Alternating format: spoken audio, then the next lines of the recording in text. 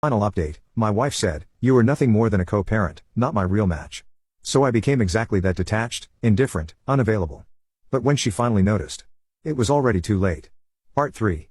She had drained me for so long, taken everything I had without even realizing it, and now that I had finally stopped pouring myself into a relationship that wasn't even real anymore, she was the one who felt empty. I picked up my phone and walked past her without another word. For the first time, she was the one left standing alone. She wanted to talk, that much was clear. The problem was I had nothing left to say. The signs had been there for weeks: the way she watched me differently, the way she hesitated before speaking like she was second-guessing everything. She wasn't used to this version of me, the man who didn't chase her, the man who no longer needed her approval. But I was done waiting for her to figure things out. One night after the kids were asleep, I sat across from her at the kitchen table. I didn't need a dramatic setup, no emotional speeches, just clarity. "We need to talk," I said. She looked up from her phone, surprised, maybe even hopeful. "Yeah?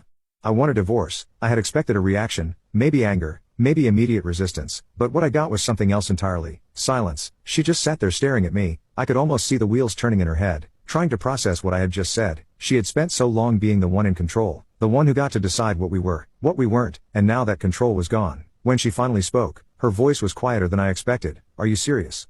I nodded, completely. She swallowed, looking away for a moment. "Why now?" That almost made me laugh. "Why now? After everything?" "Because I finally see it," I said. "You checked out of this marriage a long time ago, and I should have followed you out the door when you did." Her fingers tightened around the edge of the table. "I never wanted this." I leaned back. "Didn't you?"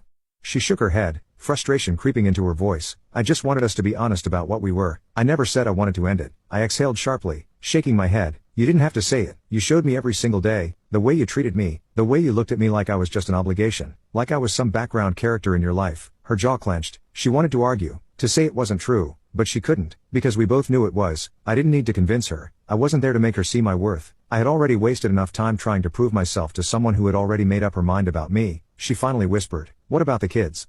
That was the only thing that mattered. "We'll figure it out. We co-parent, just like you wanted." She looked like she wanted to say something else, but for the first time, she was the one who didn't have the words. I stood up. "I'll start looking for a place tomorrow." And that was it. No fight, no dramatic tearful goodbye, just the end. As I walked away from the table, I realized something. I wasn't leaving because I was broken. I was leaving because I was finally whole.